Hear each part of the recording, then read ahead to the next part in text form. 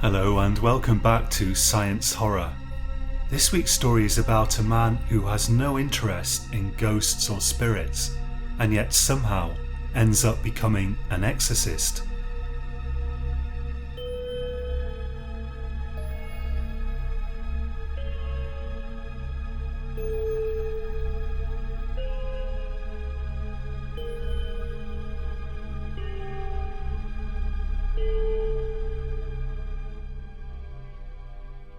My mother's second cousin was the 5th Earl of Southwell, or as my mother pronounced it, Southwell. He died at the young age of 62 without leaving any heir, and so his Staffordshire estate reverted to me, his closest living relative. My parents by then had already long since passed away due to a terrible car accident. I had never met the Earl. My mother had eloped with my father when she was 19 years of age, and had been considered persona non grata by her family ever since. This is how I, at the age of 31, came into possession of a modest country mansion in Staffordshire, together with shares in an old but declining African mining concern that still paid sufficient dividends for money not to be a worry. I had never seen Africa nor Southwell, and my acquaintance with Staffordshire was modest and limited to a handful of trips through the county on the way to other places. The adult part of my first 31 years had been spent barely eking out a living through journalism, or what passed for journalism, and I was becoming increasingly disgusted with myself for my lack of tangible achievement of any sort. Southwell Hall was named after the 2nd Earl of Southwell, who had had it built, and not directly after the Nottinghamshire town some 60 miles away. At the time when I inherited it, I was renting a room in a house in Sheffield, the other occupants being an ever-rotating menagerie of people, with whom I felt little in common. When I received an email informing me that I had inherited the hall, I deleted it, considering it spam. The synchronicity of the email mentioning Southwell and my mother's second cousin being the Earl of Southwell, I chalked up to an unusually cunning ruse on the part of the spammer. I also ignored several phone calls, since no one of any importance has my phone number. My few friends communicate with me only via instant messenger, and any calls are invariably either my bank, the tax office, or salespeople, none of which I have ever enjoyed conversing with. Finally, a letter arrived on impressively thick paper with an elaborate heading, and I was brought face to face with the indubitable fact that I had inherited a considerable quantity of wealth from a distant relative whom I'd never met. I read the letter on my bed, listening unwillingly to the thumping dance music emerging from the room next to mine. With dawning astonishment, I made my first journey to Southwell Hall in a rented VW Polo. I half felt as though I ought to have chartered a horse and carriage for such a trip, and taken pains to arrive on a dark and stormy night, but a Polo was all that my overdraft would stretch to. I'll confess it was an incredible feeling to insert the massive iron key into the lock of the enormous front door and step into a hall with at least 10 bedrooms, 4 bathrooms and 2 kitchens. Having spent the past decade listening to the music of whoever rented the rooms next to and below mine, and sharing a kitchen with people whose ideas about hygiene had frequently bordered on rudimentary, one of the first things I did was to have the chimney checked over so that I could enjoy a log fire in the winter. I also bought a cat and had a cat flap installed in a rear door, since it seemed to me that the grounds were crying out for at least one cat. In the following months I had 3 friends separately stay for a week each, and after that the weather started to turn chilly, and I took to spending the evenings in front of a fire with my cat, who I pretentiously named Voltaire. I found myself at a bit of a loose end, and the isolation started to weigh on me a little, even though I gave not the slightest thought of returning to the grey ugliness of Sheffield, nor to any other town. I've always been prone to fits of melancholy that can last days, weeks, or even months, and I found myself sliding inexorably into one. I started to wake up with a kind of dark, empty feeling in my stomach. It must be true that money doesn't buy happiness. Now that I no longer needed to sell articles to keep a roof above my head, my desire to write seemed to have largely evaporated, and I wasn't sure what I ought to do with the rest of my life, or even the next few years. I've always found that the best thing to do with melancholy is just to ride it out. That might mean days or weeks of getting very little done, and that was a large part of the reason why I had been earning a living as a freelance journalist, rather than working at a more normal kind of a job where I'd have to be consistent. That and the fact that offices repel me. I began to buy old books with a view to starting a library, and I passed many an evening reading those in front of the fire with Voltaire on my lap. I seriously considered taking up pipe smoking. Finally, by late November, my spirits started to revive a bit, and I received an invitation from a friend by the name of Will to go and stay with him and his wife for a few days in Cambridge. I thought a change of scenery might do me good, so I accepted, after arranging for a gardener I employed part-time to feed Voltaire. Will's wife, Lila, was a shy and retiring sort who liked her own company, which I could well appreciate, especially since Will can be a bit much at times. But Will seemed in good spirits and he showed me around Cambridge. To me it seemed ridiculously overcrowded and too flat for my taste, although the colleges were impressive. We were sitting in a cafe somewhere when Will told me about an allegedly haunted house by the name of Eden Manor. Everyone who spends the night sees weird things that can't be explained scientifically, he said. Just because they can't explain them scientifically doesn't mean there is no scientific explanation, I said. 2 of the people who've stayed there over the past decade have gone mad, he said. How do you explain that? People go mad sometimes, I replied. That hardly requires explaining. Yes, but 2 of them, said Will. Just coincidence, I said. They were probably a bit mad to start with, otherwise why would they make a point of staying in a supposedly haunted house? It's a certain sort of person who's attracted to that kind of thing. Don't you believe in ghosts at all? Said Will. No, I said. I don't believe in ghosts, spirits, gods, demons, nor anything else supernatural. It's all nonsense. But surely you're not a complete materialist, said Will. You must think there's more to life than what we can just see and touch. I am, and I don't, I said. I don't know how I'd get out of bed in the morning with that attitude, said Will. I have to believe there's more to life than just mundane reality. Sometimes I don't get out of bed in the morning, I said, laughing. I don't see how believing in spirits would help, though. Will dipped a biscuit in his coffee and ate it, shaking his head in disbelief. Ironically enough, we were sitting up on a balcony in a converted church, which I believe was still used for services when it wasn't a cafe. From where we were sitting, we could look down on people coming and going and eating food in the cafe below. You should go and stay in this place, said Will. I can put you in touch with the owner. If you say you're a journalist, she'll gladly let you stay there for free. I've no interest in it, I said. To me it's just another building. If other people want to believe it's haunted, that's up to them.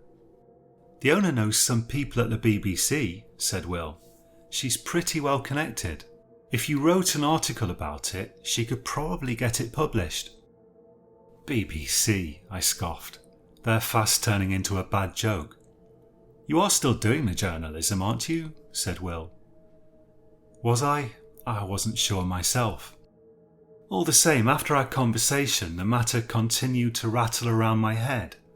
I had to admit, the idea of getting an article published by the BBC was quite appealing, even if the BBC's glory days were largely in the past. Eventually I decided to tell Will I'd do it. It was only one night, and I figured I could drink a lot of energy drinks and stay awake reading, just in case there was some lunatic prowling around, trying to scare people. The house was a dilapidated old place out in the fens, about the same size as Southwell Hall, but in a far worse state of repair. Will and Lila drove me up there, and Will introduced me to the owner, a rather aristocratic old lady with an almost military bearing by the name of Baroness Thorpe, but apparently she liked to be known as Tilly. "Are you a Christian, young man?" said Tilly to me sternly, but with a twinkle in her eye. "No," I said. "Oh dear," she said. "Then I shan't suggest praying. Just try not to lose your marbles. The demons that inhabit the old place like to prey on the weak-minded." "James isn't the least bit weak-minded," said Will, clapping me on the back. "He'll give them a run for their money." "We shall see," said Tilly. Tilly showed us round the place. Most of it was unfurnished, but one bedroom was made up quite nicely, even complete with a little kettle and jars of tea and instant coffee. "You'll be quite comfortable here," said Tilly. "I shall come and find you at 9 o'clock sharp tomorrow morning, unless you'd prefer earlier." "Oh no," I said. 9 o'clock sounds fine to me. It was around 7 in the evening when Tilly left, and Will and Lila went back to their car. "See you tomorrow morning then," said Will.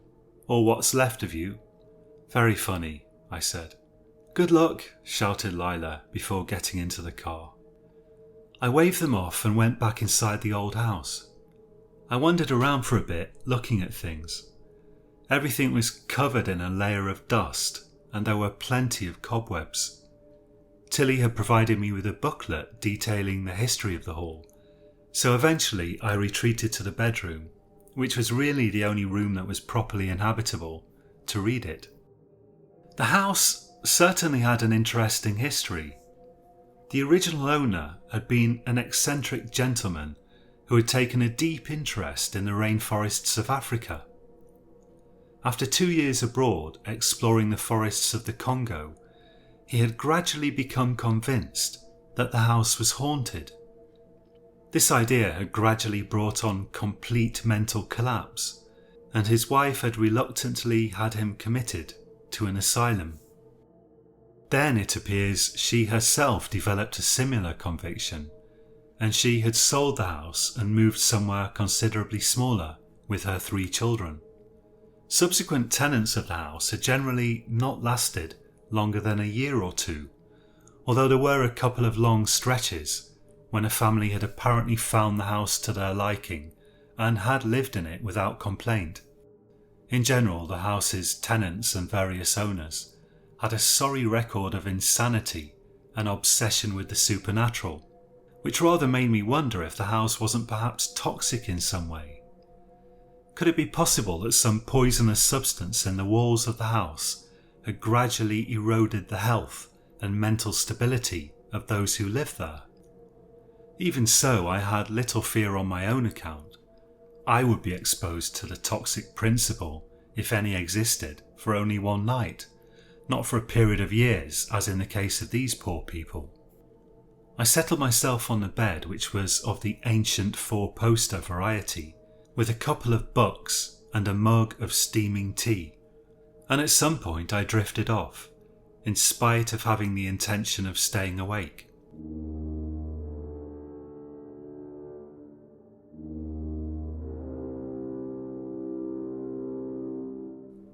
I woke up suddenly to find the bedside lamp had somehow gone out by itself. I had half expected such tricks. Doubtless, I thought, either the electricity supply was unstable, or else the owner had deliberately switched the electricity off. Lights that switch themselves off are an absolute staple of ghost stories everywhere. I was fiddling at the lamp and arriving at this conclusion when I heard a thump coming from somewhere outside the room. I froze and listened for other possible signs of someone else being present in the house. After perhaps 10 seconds, I heard a second thump, and then, 10 seconds later, another. I sat there listening to these regular thumps for a bit, until it dawned on me that the thumps were actually footsteps, and someone was coming up the stairs extremely slowly. I chuckled to myself and said quietly, "Here we go." All the same, I'll admit the hairs on the back of my neck stood up and goosebumps formed on my arms. I have a theory about the nature of belief which is relevant here. Often people report that when standing on the edge of a cliff, they feel a strange compulsion to leap over the edge.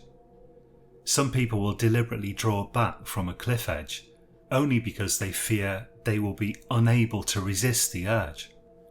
Now clearly such a person does not want to leap over the cliff edge, and yet a part of them seemingly does want to leap over it. I could give many more examples of this sort, where the mind of a person seems divided in itself. These kinds of mental phenomena occur because the brain is not a single simple entity. Rather, it consists of many cooperating and even competing regions or faculties. I believe modern neuroscience bears me out on this. One part of the brain might want to kill a person simply for some minor annoyance, while other parts override the first part and prevent any violent action occurring. Often the so-called higher parts of the brain, more recently evolved, act so as to suppress the more instinctual parts, but I believe even the higher or lower parts of the brain may also be at war with themselves. For example, when it proves difficult to make a choice between different, equally appealing courses of action. Furthermore, there are some curious phenomena found in people who have undergone an operation, sometimes performed in the past, to moderate severe epilepsy, to sever the corpus callosum that connects the two halves of the brain. Such people sometimes find one of their hands attempting to dress themselves, while the other hand attempts to undress themselves. In an intact brain, a kind of consensus is reached between the competing desires of the two halves. The relevance to the situation I found myself in is as follows. I did not believe in ghosts or spirits, and yet my sympathetic nervous system, the part of the nervous system that controls the fight or flight response, apparently did maintain some degree of belief in ghosts or demons. This is not surprising, since our culture practically steeps us in ghosts and demons from soon after we are born. There is hardly a child to be found who hasn't heard of ghosts. Therefore, some part of the brain, particularly those parts considered lower or less evolved, may well believe in ghosts, while the higher, more rational faculties rightly toss the idea out as nonsense. The sum of a person's beliefs may form a rationalist or materialist conception of the world, but this is only a kind of consensus, produced by multiple parts of the brain working almost seamlessly together. In short, I believe this is why the hairs on my neck and arms demonstrated fear, while the rest of me laughed. After listening to a number of these ponderous steps on the stairwell, I located a flashlight that I'd brought with me exactly in anticipation of people playing tricks with the lights, alighted from the bed and opened the door. The rest of the house was nearly completely dark, except for some dim moonlight filtering through the windows here and there. Almost needless to say, the moon was gibbous, or more than half full, which is the optimum quantity of moon for illuminating ghostly apparitions. At the top of the stairs, I paused to see whether the footsteps would continue. When I heard another thud, more than halfway up the stairs, I swung the flashlight on it, expecting to see either some joker dressed in a sheet, or else nothing at all. Instead, I saw, or thought I saw, a nebulous grey shape, almost in the shape of a man, making its way up the stairs. I could see straight through it, as though it was composed of a fine mist. This gave me quite a start, and as I stared at it in horror, I thought I could even make out an upturned, anguished face. Then there was another loud plod as it progressed to the next step. With that, the lower or less evolved parts of my brain entirely seized control, and I fled back into the bedroom and slammed the door. Then I leapt into the bed and pulled the blanket over my head. I stayed there for only some seconds before a feeling of shame took hold of me, in spite of my wildly beating heart. What was I, a man or a child? At my age, I had no business in hiding under blankets. I pulled the blanket back and shone the torch around the room. The room was quite empty, aside from some old furniture. Then another thump came from the staircase. With something of a struggle, the higher parts of my brain took control, and I determinedly got up and went back to the top of the staircase. "Who are you and what is this?" I shouted. When I shone the torch on the steps, I could see no further trace of the grey shape. But then there came another thump, as though something was continuing to ascend the steps. My skin felt icy cold due to the primitive fears of my lower brain, but I forced myself to begin to descend the steps, shining the torch everywhere. There was absolutely nothing on the steps. Then there was another thump, this time from exactly the step in front of me. I stood there listening, and sure enough, the next thump came from the step I was standing on. A sense of relief washed over me. It was clear to me that I was a witness to some entirely natural and explicable phenomenon, and only my wild imagination had conjured up the grey shape that I previously thought I'd seen. The so-called footsteps continued to gradually ascend the staircase until, at the top, a floorboard creaked, and that was the last I heard of them.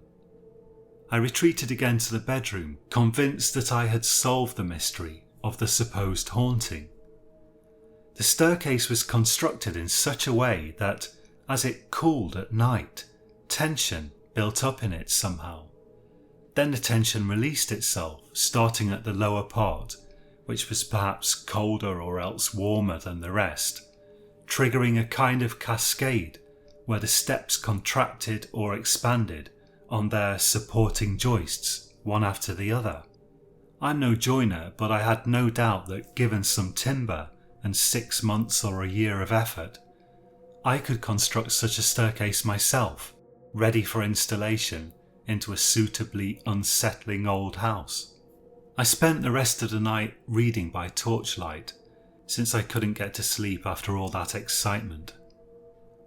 In the morning, I discovered the bulb had gone in the bedside lamp, and that had tripped out the circuit breaker downstairs. Will's car turned into the driveway around 8:30.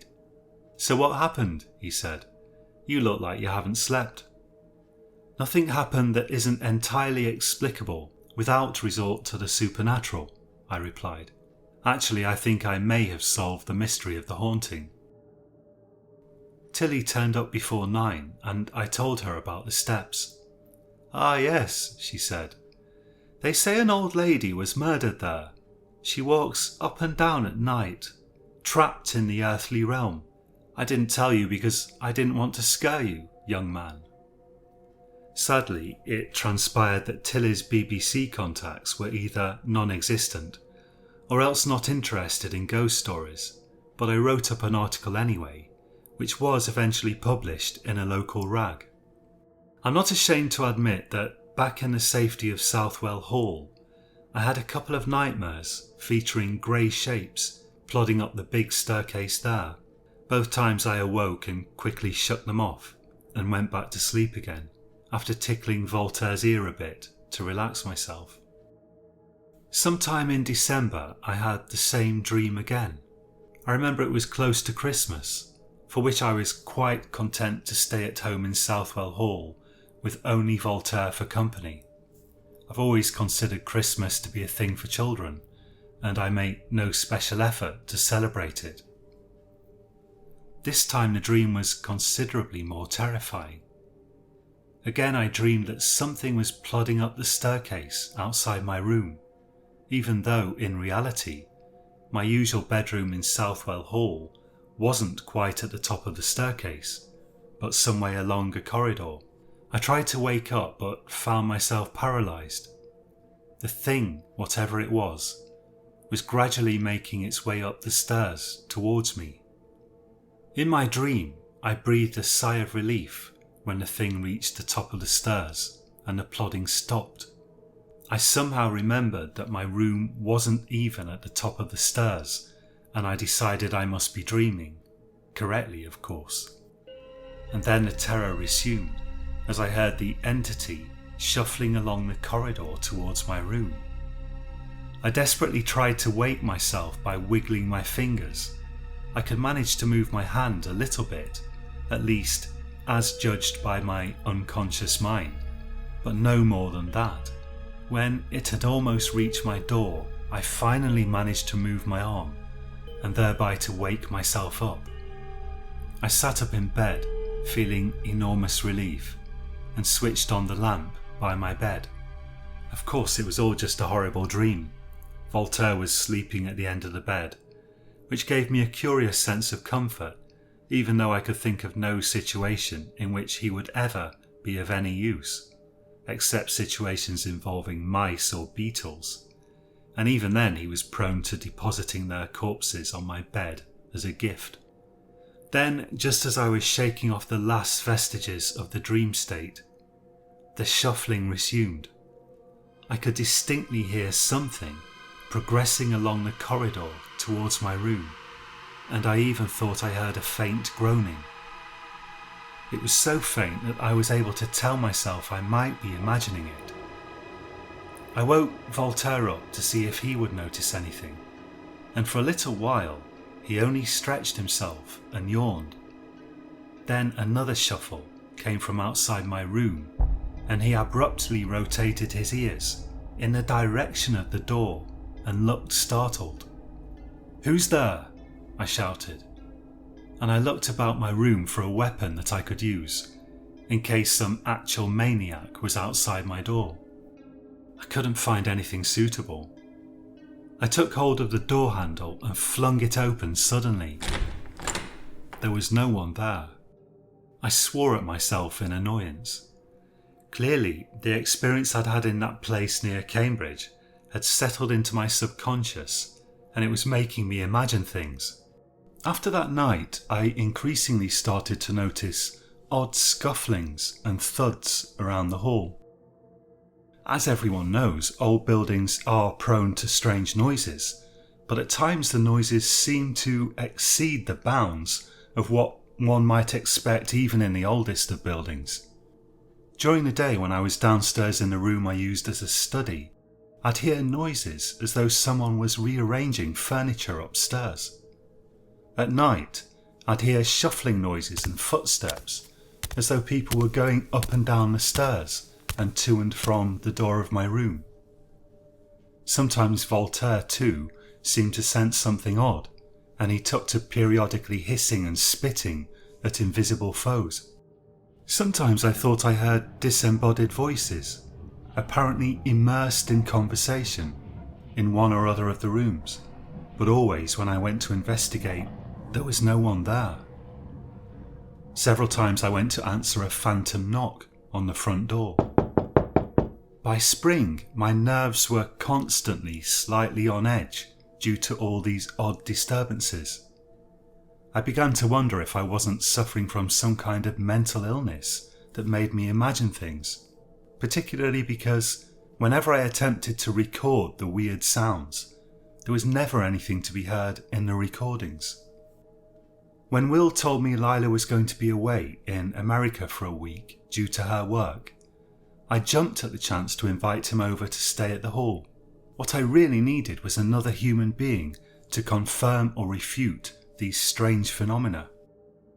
It was already February when Will arrived, wrapped up in an enormous coat, like something a New York businessman would wear over his suit, and with a woolly scarf around his neck.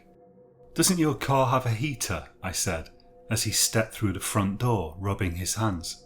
"I need to get it fixed," he said. "So are you going to offer me something hot to drink? Then I want to hear all about these supernatural phenomena." "They're not supernatural," I said. "At least not in my opinion. Just hard to explain." Voltaire ran up and curled himself around Will's legs, meowing ridiculously, as though Will had arrived to rescue him from starvation. I made coffee with a dash of brandy in it, and we sat in my favourite room, where I had a good fire going. I began to explain about the strange sounds I'd been hearing, simultaneously filling a pipe with tobacco. "You smoke a pipe?" said Will incredulously, cutting me off mid-sentence. "Oh, I've been experimenting with it," I said. "Nice," said Will. "I sometimes think of taking up the pipe myself. Quite bad for the health, though." "Yeah," I said. "Actually, every pipe smoker I can think of seems to have died early from a stroke. Bertrand Russell, Einstein. I just thought it might help with the stress." "Stress?" said Will. "These noises," I said, "they're starting to really bother me." "Why don't you move out?" he said. "Seems a waste," I said. "I like it here, apart from the demons." Will laughed. "I'm pretty sure Russell was nearly 100 when he died," he said, "and Einstein getting on for 80. "Really?" I said, lighting the pipe. "I'll check on my phone in a bit," he said. "But look, if you don't really believe these noises are caused by anything supernatural, why do you find them stressful? Shouldn't someone like you dismiss them as nothing more than the creakings of floorboards and whatnot? No one's afraid of a creaking floorboard." "I think there are two possibilities that scare me," I said. "One is that I might be going insane, developing some sort of awful progressive brain problem. The other is that, well, I suppose there is a small annoying corner of my brain that believes in demons after all, and I'm having trouble getting a grip on it." Will shook his head as if to jokingly imply that I was beyond all help.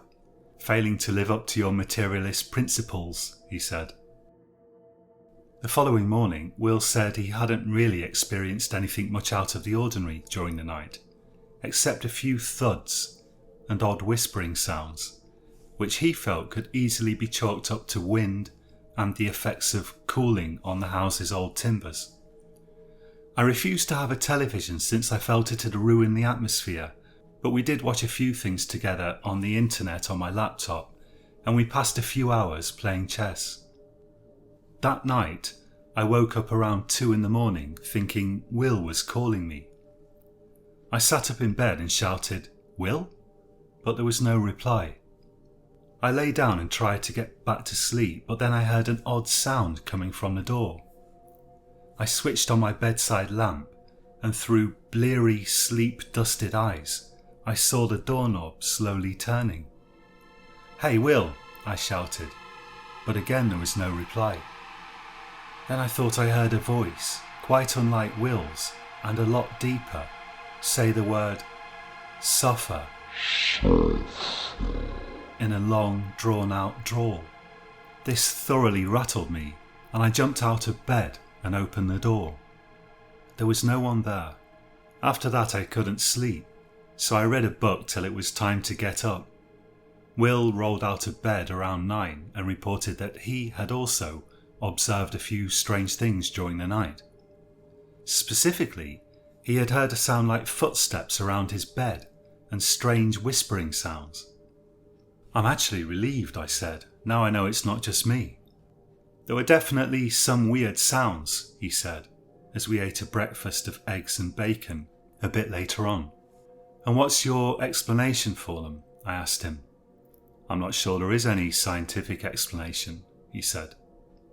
"There has to be some kind of scientific explanation," I said. "In the entire history of spiritualists and mediums and psychics, there has never been a single high-quality replicable study that proved the existence of a ghost." "That may be for all I know," said Will, "but don't you think there has to be something beyond what we can see and touch?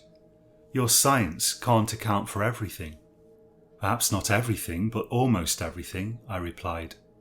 "I have no time for superstition." "But think of it," he said. "Your brain, right? sits in a jar called the skull. It's only connected to the outer world via some wires we call nerves. Nerve impulses contain no sound, no colour, taste, odour or texture. They're almost like Morse code or something. Then out of that, your brain constructs a world of colours, textures, objects, space, love even, and fear. To my mind, what we experience is only a sort of roughly drawn map of what really exists. Holy cow, Will, I said. I've not even finished breakfast yet. I'm just saying, he said. Everything isn't all science. After breakfast, we decided we needed to get out for a bit. So we went to a cafe in the nearest town, walked around a bit in the cold, went to a bar, and then finally went back to the hall and played chess. That night we went to bed with a spirit akin to the curiosity of a scientific researcher. I hoped the phenomena of the previous night would be repeated because I badly wanted Will to feel fully convinced that I hadn't been exaggerating. It turned out I need not have worried on that score. I actually slept quite well for once, except at a certain point in the night, Voltaire woke me up, hissing at something invisible. I myself saw and heard nothing out of the ordinary, aside from a few odd noises, of the sort that any old house would be sure to make at night. About 8 I went down to the kitchen to make coffee, and I found Will there, looking wild and dishevelled. "I'm leaving," he said, "right away." "What happened?" I asked. "There's something really badly wrong with this place," he said. I noticed he was shaking slightly, but then it was a bit chilly in the kitchen. "I have to get out of here," he said. "We can drive into town if you want. After that I'm going home. Sorry, James. I can't stay here another night." I couldn't get much sense out of him, but we drove into town and sat in a warm cafe. There he told me the following story. I fell asleep about midnight, I think. I woke up suddenly in the night and I thought I could hear whispering. I tried to put the light on and then I found I couldn't move, not even a finger. I was totally paralysed. I thought I must still be asleep, but I felt completely awake. Really, I'm sure I was awake. Then I heard footsteps plodding slowly up the stairs. I was terrified. I tried really hard to move and I just couldn't somehow. I started to think I must have come down with polio or something. Then it turned the handle to my door. And then the door slowly opened. I couldn't even shout. God, it was awful. Finally, I regained the power of movement somehow and I sat up. And there, in front of me, was a head. A disembodied head with blood pouring from its eyes, moving steadily towards me. I grabbed the light switch and for a second it was still there, even in the light, and then it disappeared. "What did you do then?" I asked. "I ran down to the kitchen, put the radio on and stayed there till you got up." "You should have just come and woken me up," I said. "We could have investigated somehow." "Once I was in the kitchen I didn't have the nerve to leave," he said. "Listen to me, Jim. I know you don't believe in it, but I seriously think you need an exorcist. Some kind of priest who can sanctify the place." "It could have been a dream," I said. He shuddered. "I've never had a dream like that before and I never want one again," he said. Of course I resisted his suggestion of finding an exorcist. Where do you even find an exorcist? I thought I knew exactly what would happen if I went down that route. Some vacuous woman dripping with crystals would turn up, or some chap called Psychic Trevor with a mystical beard. They'd charge me a fortune, walk around reciting lines from Harry Potter, and I'd be no better off at the end of it. On top of that, I still didn't believe in ghosts. About a week later I experienced almost the same dream that Will had described, but for me it appeared clearly only a dream, at least after I'd woken up. I regretted that Will had put the idea into my mind of that disembodied head. I was to have the same dream over and over again during the subsequent months, and each time it seemed more vivid and less dreamlike than the last. On top of that, the strange noises seemed to gradually increase in loudness and frequency, and I kept finding things in odd places. For instance, I'd leave a cup on the table, and the next morning it'd be on the floor, sometimes broken. Once I found my toothbrush in the toilet. Voltaire seemed to be continually hissing at invisible entities. It became more and more difficult to get a good night's sleep. It was quite difficult to maintain the hall at the best of times. I tried to clean regularly and repair whatever needed repairing, but as I became more and more sleep deprived, I started to let the cleaning and maintenance slide. I had enough money to hire cleaners at least semi-regularly, but I began to find I couldn't really face dealing with people, so I didn't even do that. My gardener quit without giving any reason, and I didn't bother hiring another one. Unquestionably, I was going to pieces, and the hall began to reflect my state of mind. The gardens became overgrown, and the hall began to take on a shabby and downcast appearance. By June, I was in a bad enough state to consider seeing a doctor. The way I saw it, there were two possible explanations for the phenomena at the hall.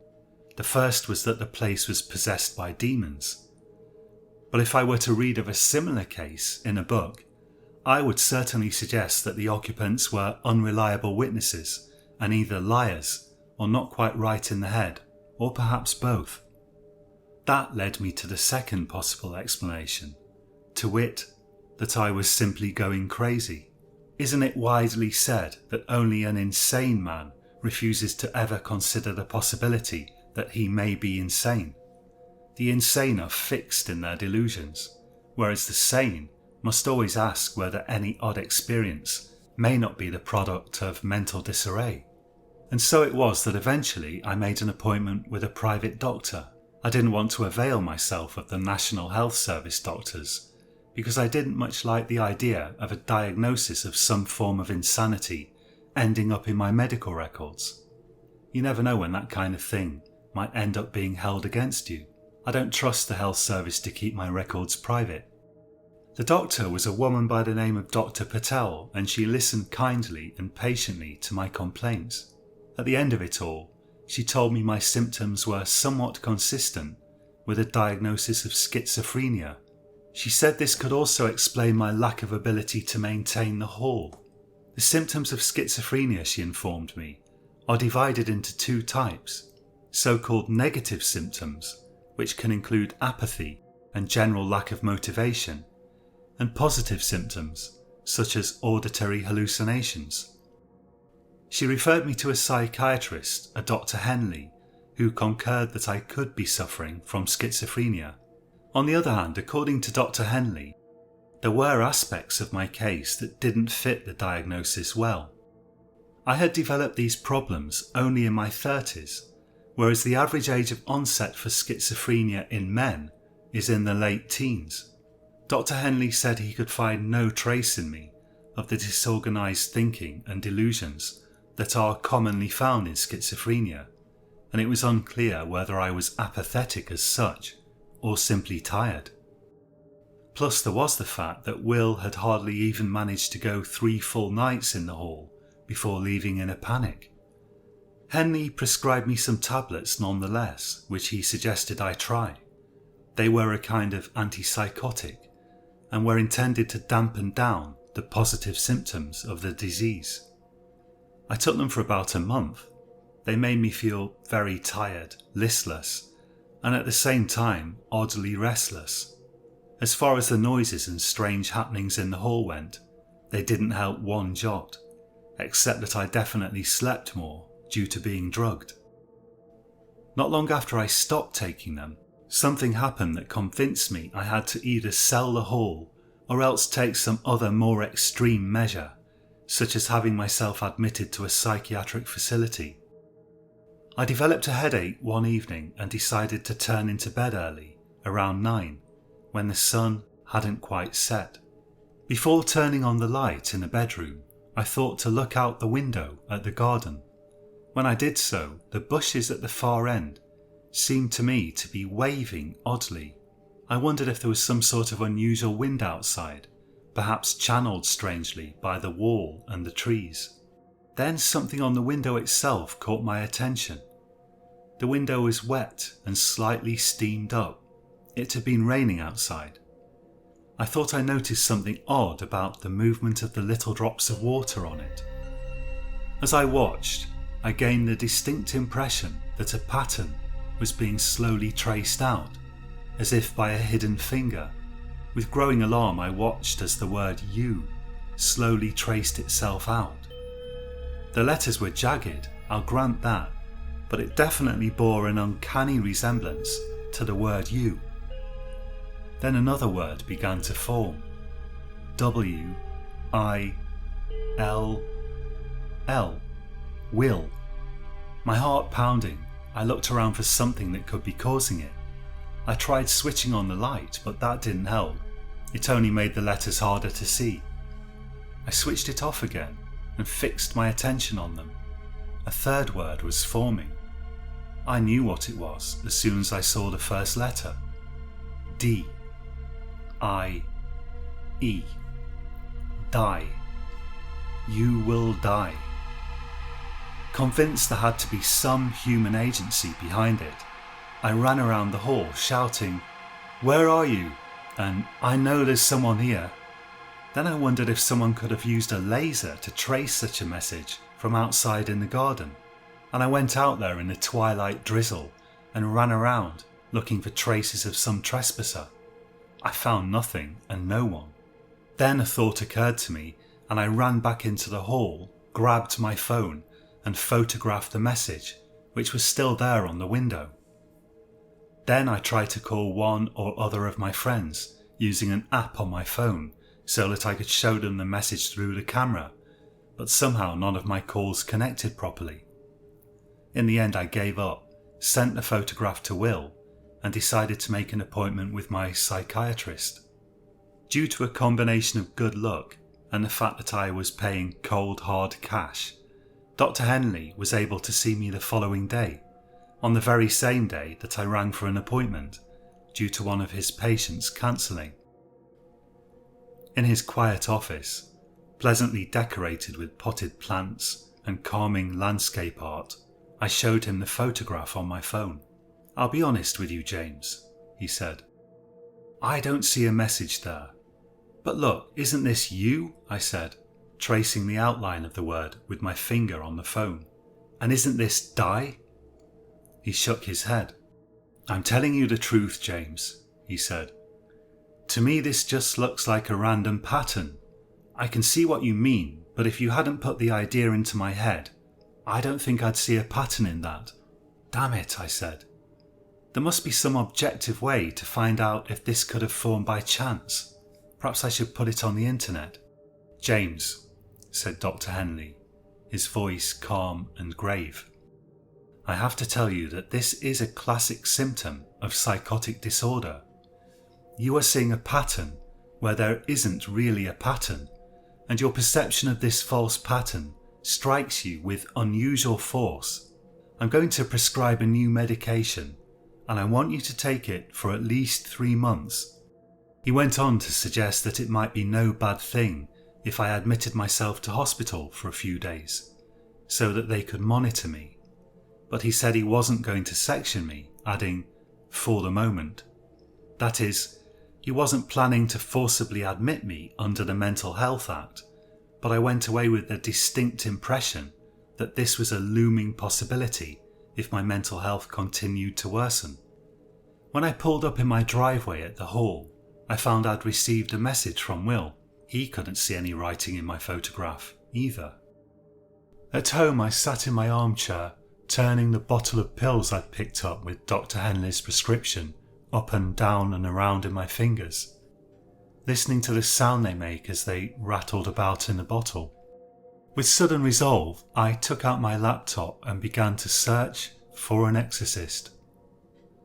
At that point I was so desperate that even if the most outrageous flake had turned up, perhaps wearing a robe with the hat of a wizard and claiming to be a Sagittarius, I would at least have been glad of the company.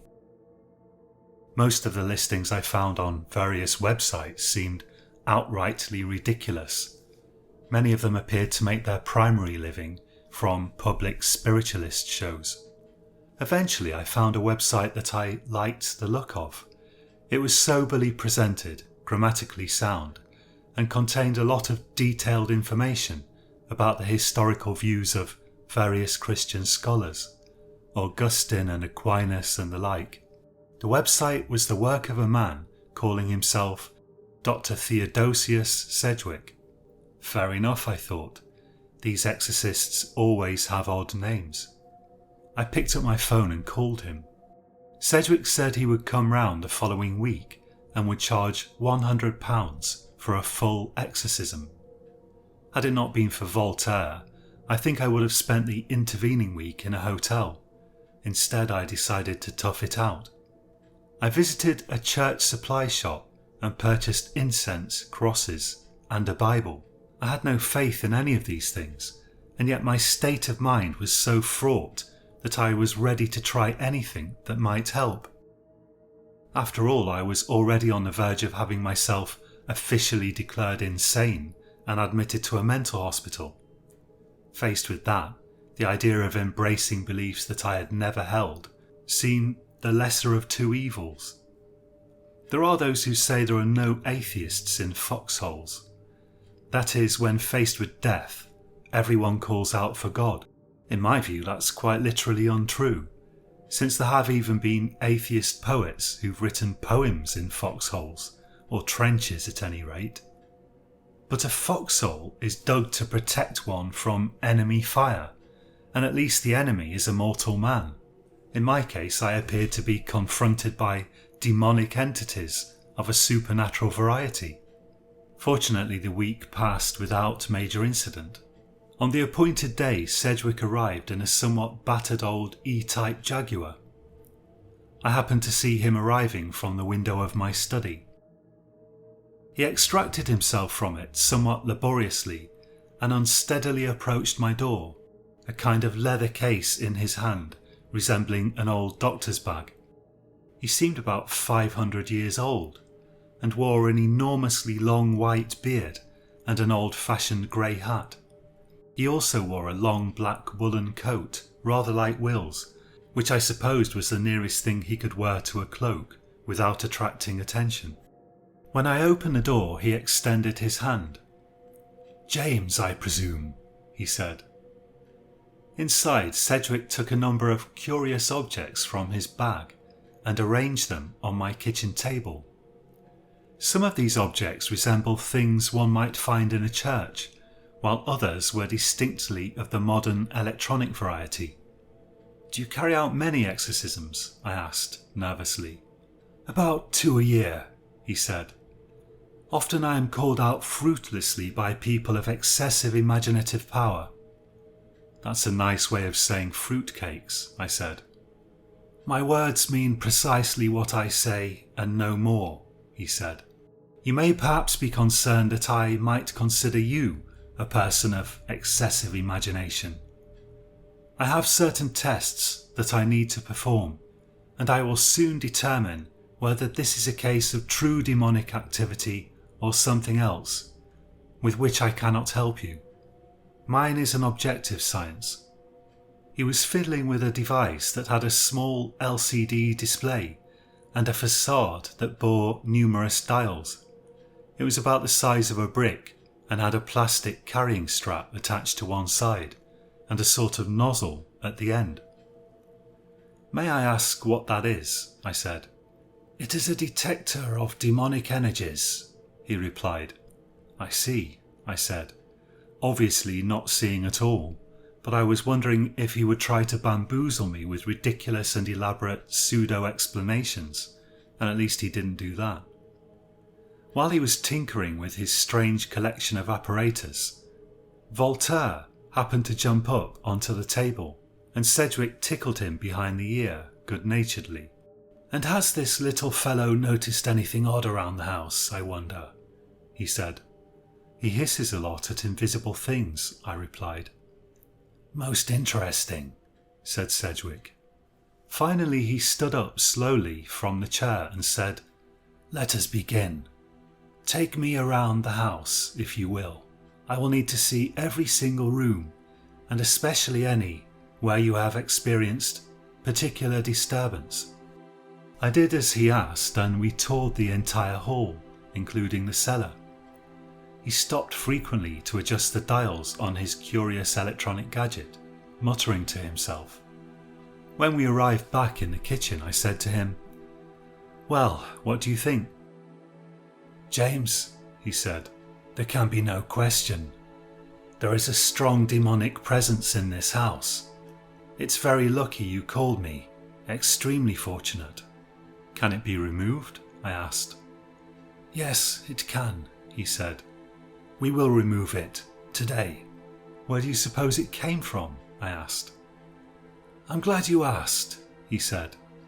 "Tell me, how long have you lived here?" "Less than a year," I said.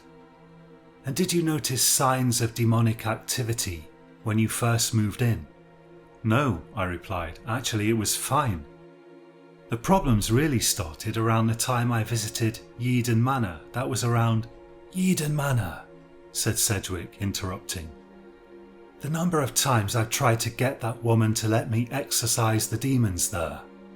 He shook his head sadly. "She's making a lot of money from its notoriety, alas, and has no interest in casting out the demonic presence. I've no doubt that's the source of your problems." "Eden Manor is the source of my problems?" I said. "Yes," said Sedgwick. "You see, the demonic entities there will have attached themselves to you and then established themselves here." "Are you saying I'm infested with demons?" "Not you yourself," he said. "You seem strong enough to resist permanent inhabitation. No, but you will doubtless have carried them here, unwittingly." As we spoke, he was assembling a censer, one of those things they swing about in Catholic churches. He lit a charcoal brick and placed it in the censer, then added granules of some resin, to which he added a few drops from a dark bottle. Then he handed me a large wooden cross. "Hold this out in front of you," he said. "We will purify all rooms, one by one." We went from room to room, Sedgwick swinging the censer about, sending great clouds of scented smoke into the air. He insisted I hold the cross aloft, while he chanted Latin verses. When we were finished, I paid him his fee, and he packed up and left, assuring me I'd have no more problems. Almost exactly from that day onward, everything changed. There were no more inexplicable phenomena. Voltaire stopped hissing at invisible presences. There were no strange sounds. Things stopped moving around of their own accord. More than that, the hall somehow seemed to take on a light and airy feel, where previously it had begun to feel positively dark and oppressive. I found a new gardener and hired cleaners to help me clean the place properly. I had several rooms redecorated, and I gradually repaired everything that needed repairing, or else paid someone else to come in and do it. It's not an exaggeration to say that the exorcism fixed my life. I felt no further need of psychiatrists or pills. I sent emails to Sedgwick, thanking him profusely and asking him to direct me to further sources of information on his work, since I conceived an intense curiosity about the whole business.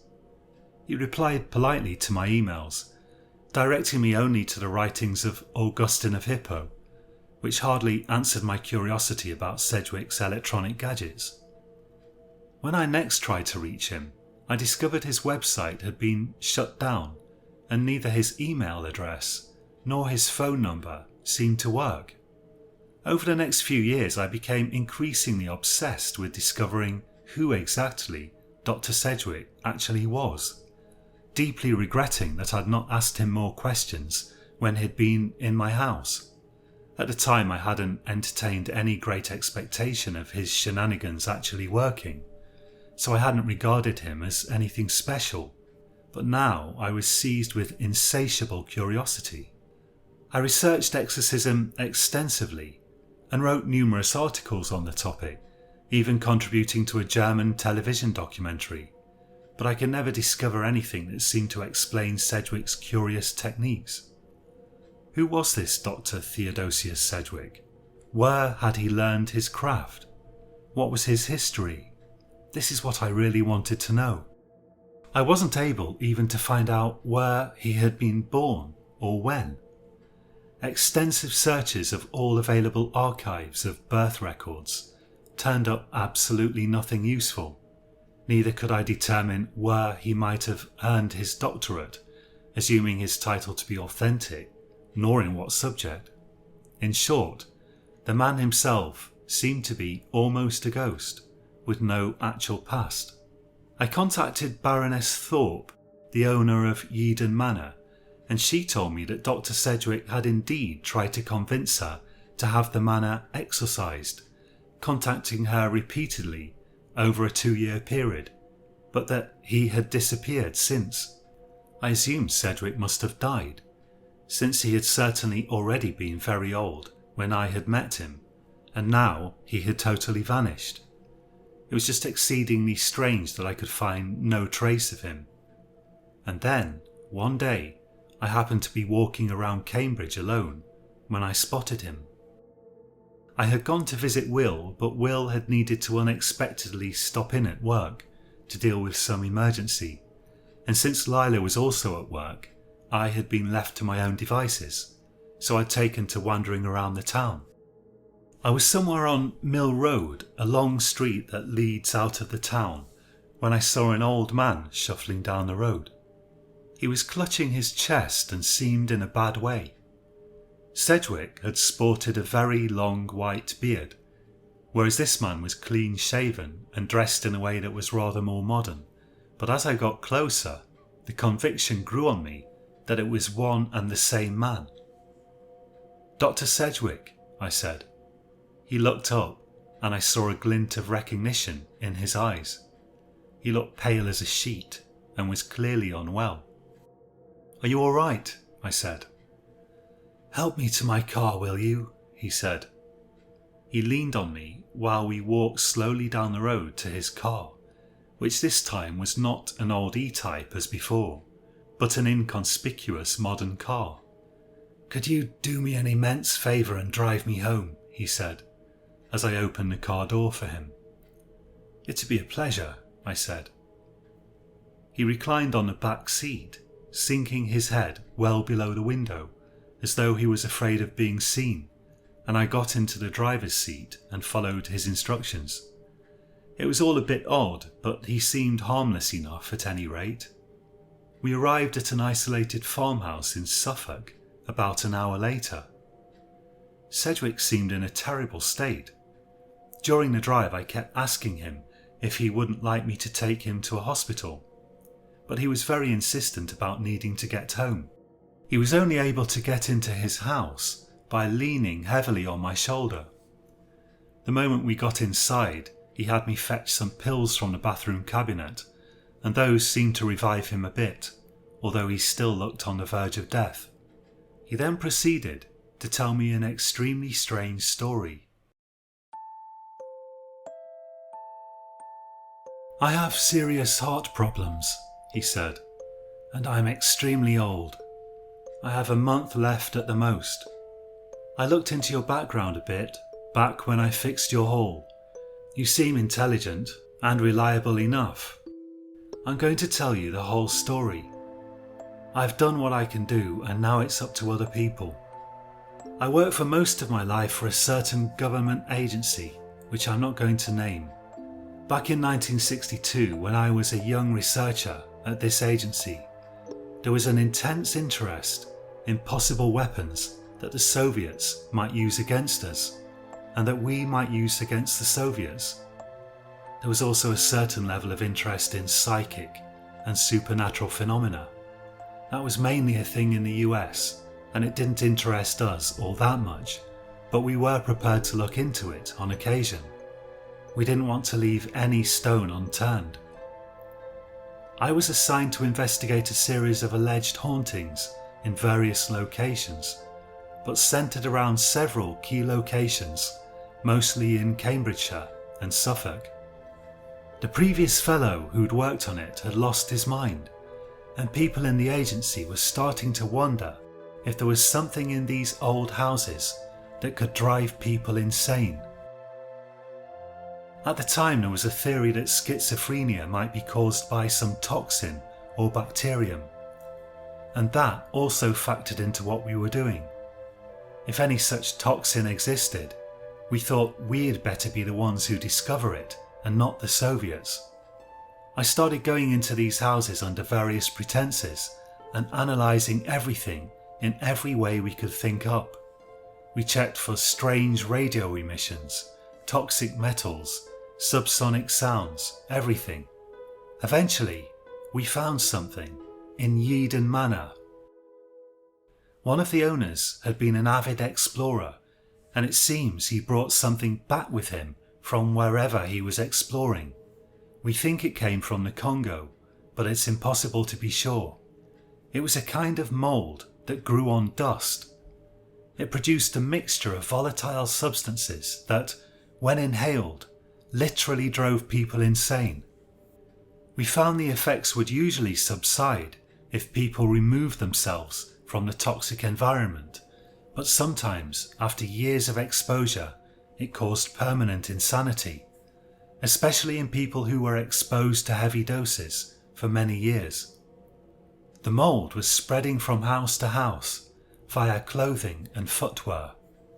We developed tests for it and sprays that killed it, and we started to go around searching for it and eliminating it, covertly of course, posing as pest control. That's when I hit on the idea of posing as an exorcist. These people usually thought their houses were haunted anyway.